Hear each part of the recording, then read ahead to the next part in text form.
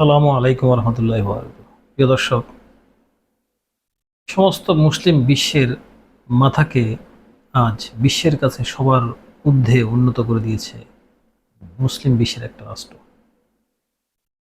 জানতে চান সে রাষ্ট্র কোনটি? সে রাষ্ট্রটি হচ্ছে ইরান। ইরান গতকাল এমন একটা মিসাইল বিশ্বের সামনে প্রকাশ্যে এনেছে। মিসাইলটি তারা নাম দিয়েছে খুররম শাহ 5। এটা একটা ভেরিয়েন্টের নাম। এই মিসাইলটি ইরানের এ যাবৎকালের যত মিসাইল আছে সমস্ত মিসাইল থেকে সম্পূর্ণ ভিন্ন এবং সম্পূর্ণ তীব্র গতি সম্পন্ন। যে মিসাইলটি ঘন্টায় 20,000 কিলোমিটারের চাইতে অধিক গতিতে ছুটতে পারে। আমি কিন্তু আপনাদেরকে মূল বিষয়টা এখনো বলিনি দর্শক। মূল বিষয় হচ্ছে এই মিসাইলটি ইরানের শত্রু আমেরিকা এবং ইসরায়েলের বুকে কাঁপন ধরে দিয়েছে এবং তাদের ঘুম হারাম হয়ে গেছে। আপনারা জানেন যে রাশিয়া এবং ইরান একসাথে যুদ্ধ মহড়ায় লিপ্ত আছে আজকে কয়েক সপ্তাহ ধরে। সেই মহড়ায় প্রায় 15,000 সেনাবাহিনী এবং 150টির বেশি যুদ্ধ জাহাজ সহ প্রায় 150টির উপরে যুদ্ধ বিমান, অর্থাৎ প্রায় 150টি যুদ্ধ জাহাজ এবং 150টিরও বেশি যুদ্ধ বিমান নিয়ে এই মহড়া চলছে। আপনারা জানেন যে সম্প্রতি ন্যাটো রাশিয়াকে যে হুমকি দিয়েছে, সে হুমকির জবাবে রাশিয়া যে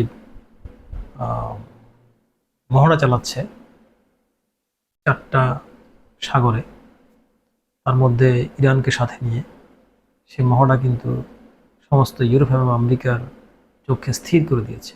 এরই মধ্যে ইরানের এই মিসাইল উৎক্ষেপণ, এটা একটা কিভাবে আপনাদেরকে আমি বোঝাবো বলতে পারছি না। এই আয়োজনের মধ্যে ইরানের মিসাইল উৎক্ষেপণটা হচ্ছে একদম সর্ববৃহৎ একটা ঘটনা, যার দিকে তাকিয়েছে পুরো বিশ্ব এবং পশ্চিমা দেশসমূহ।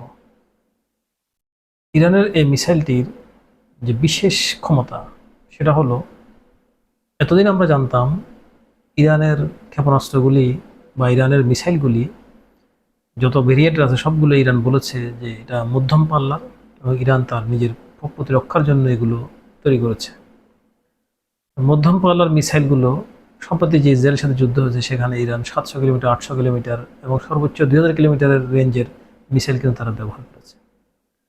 যে খুররম শাহ 5 এই ভেরিয়েন্টের মিসাইলটার রেঞ্জ হলো 12,000 কিলোমিটার, অর্থাৎ এটা দেশীয় ব্যালিস্টিক ক্ষেপণাস্ত্র। এবং এই ক্ষেপণাস্ত্রের গতি এত তীব্র যা কিনা ইতিপূর্বে যত মিসাইল পৃথিবীতে আছে তার চাইতেও বেশি তীব্র গতি সম্পন্ন। এই মিসাইলটি, মূল ঘটনাটা আপনাদেরকে এখন বলছি। এই মিসাইলটি ইরানের ভূমি থেকে যদি ছাড়া হয় তাহলে এই মিসাইলটি আমেরিকার যে কোনো প্রদেশে হিট করতে সক্ষম। প্রিয় দর্শক, মনে হচ্ছে আপনারা এতক্ষণে নেড়ে বসেছেন। এতদিন ইরান শুধু আমেরিকার যে ঘাঁটিগুলি মধ্যপ্রাচ্যে আছে, প্রায় 75টির মতো ঘাঁটি আমেরিকার মধ্যপ্রাচ্যে ছিল। এখন কতটি তারা গুটিয়েছে সঠিক হিসাব আপনাদেরকে আমি এই মুহূর্তে দিতে পারছি না। তারপরে হয়তো প্রায় 60টার অধিক কিন্তু ঘাঁটি এখনও মধ্যপ্রাচ্যে আমেরিকা রয়েছে। ইরানের তরফ থেকে আমেরিকা ভাবতো যে তারা যদি ইরান যদি আঘাত করে হয়তো বা সর্বোচ্চ ঘাঁটি পর্যন্ত আঘাত করতে পারে, আমেরিকার মূল ভূখণ্ড নিরাপদ। কিন্তু গতকাল থেকে আমেরিকা আর এই নিরাপদভাবে ঘুমানোর সময় মনে হয় তাদের হাতে আর নেই। ইরান এই মিসাইল দিয়ে বুঝিয়ে দিয়েছে যে ইরান চাইলে যে কোনো মুহূর্তে, ইরানের প্রয়োজন পড়লে ইরানের ভূমি থেকে আমেরিকার যে কোনো শহরে অ্যাটাক করতে পারে। আরও একটা বিষয়, দুশ্চিন্তার বিষয় হলো, যেটা সবচেয়ে মারাত্মক পয়েন্ট, আপনারা জানেন যে সম্প্রতি ইরান এবং ইসরায়েলের যুদ্ধে ইসরায়েলকে অনেকগুলি স্তরের প্রতিরক্ষা দিয়ে তারা আহ, ঢেকে রেখেছিল, বিশেষ করে আমেরিকা এবং ইউরোপের অনেকগুলো রাষ্ট্র, যেখানে ইসরায়েল ইরানের বিরুদ্ধে তাদের নিজস্ব টেকনোলজি এবং জার্মানের টেকনোলজি এবং আমেরিকার টেকনোলজি তারা ব্যবহার করেছে। প্রশ্ন করতে পারেন কিভাবে? ইরান যে ক্ষেপণাস্ত্রগুলি ইসরায়েলের দিকে ছুঁড়েছিল সেগুলোকে ইন্টারসেপ্ট করার জন্য এবং আকাশে সেগুলো ধ্বংস করে দেওয়ার জন্য ইসরায়েলের আয়রন ডোম বিশ্ববিখ্যাত প্রতিরক্ষা ব্যবস্থাপনা তারা ব্যবহার করেছে। তার উপরে রেখেছে প্যাট্রিয়ট, যেটা আমেরিকার আরেকটা প্রতিরক্ষা ব্যবস্থা, যেটাও আপনারা জানেন যে উপসাগরের যুদ্ধে প্যাট্রিয়টের যে আপনারা দামামা দেখেছেন সেটা এখনও কিন্তু অনেকেরই চোখ থেকে সরেনি। সে প্যাট্রিয়ট কিন্তু ইসরায়েল এবার ব্যবহার করেছে, তারপর ইরানের মিসাইলগুলি ঠেকাতে সক্ষম হয়নি। এরপর আমেরিকার সবচাইতে বেস্ট যে আহ, ব্যবস্থাপনা সেটা হলো আমেরিকার থার্ড। এই থার্ড এমন একটা অস্ত্র, সেটা আমেরিকার থেকে ঘোষণা দেওয়া হয় যে বিশ্বের যে কোনো ধরনের মিসাইল যত গতিসম্পন্ন হোক সেটা ট্যাকল দেওয়ার মতো, সেটাকে ইন্টারসেপ্ট করার মতো এবং আকাশে ধ্বংস করার মতো ক্ষমতা এই থার্ড আছে।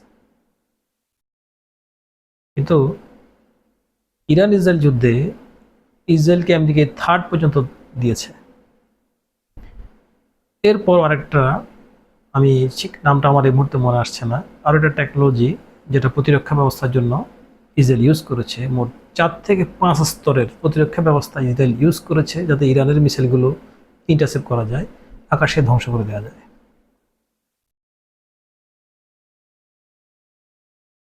কিন্তু ইরানের মিসাইলগুলি এতগুলি প্রতিরক্ষা ব্যবস্থা ভেদ করেও ইসরায়েলের এমন এমন জায়গায় তারা সেই মিসাইলগুলো নিখুঁতভাবে আঘাত এনেছে যে তছনছ করে দিয়েছে সবকিছু।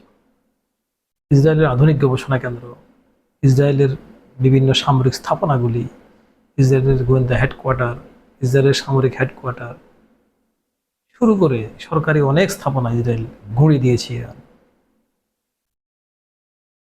ঠিক এই হিসেবটি যখন যুদ্ধ বিশ্লেষকরা তাদের টেবিলে বসে করছেন, বিশেষ করে ইউরোপীয় এবং আমেরিকান যুদ্ধ বিশ্লেষকরা, যে তারা তাদের যাবতীয় ইন্টারসেপ্ট করার যে সমস্ত যন্ত্রপাতিগুলো ইসরায়েলকে দিয়েছে এবং ইরানের যুদ্ধে ইরানের মধ্যম পাসলার ক্ষেপণাস্ত্রগুলি তারা সঠিকভাবে ইন্টারসেপ্ট করতে পারেনি, সেক্ষেত্রে ঘন্টায় 20,000 মাইল যে ক্ষেপণাস্ত্র দৌড়াতে পারে সেই ক্ষেপণাস্ত্রকে ঠেকানোর মতো অবস্থা আমেরিকার কতটুকু থাকতে পারে, এটা এখন সবচেয়ে বড় প্রশ্ন।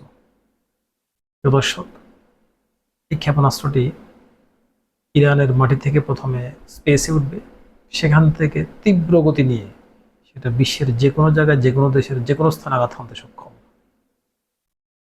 এই যোগ্যতা অর্জন করার সাথে সাথে ইরান এমন একটা তালিকায় নাম লেখালো যে তালিকা এতদিন বিশ্বের নামমাত্র কয়েকটা দেশ শুধু পৃথিবীর যে কোনো জায়গায় তাদের ইচ্ছে চাইলেই তাদের মন মতো তারা আক্রমণ করতে পারার যে সক্ষমতা রাখতো, সেই তালিকায় এখন ইরানের নামও কিন্তু চলে এসেছে।